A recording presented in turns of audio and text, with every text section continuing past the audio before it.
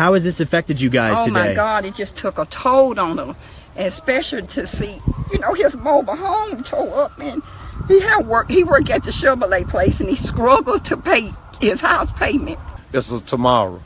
Just Absolutely. don't give up hope, and have God in your life, and thank God that didn't nothing really happen because this material things.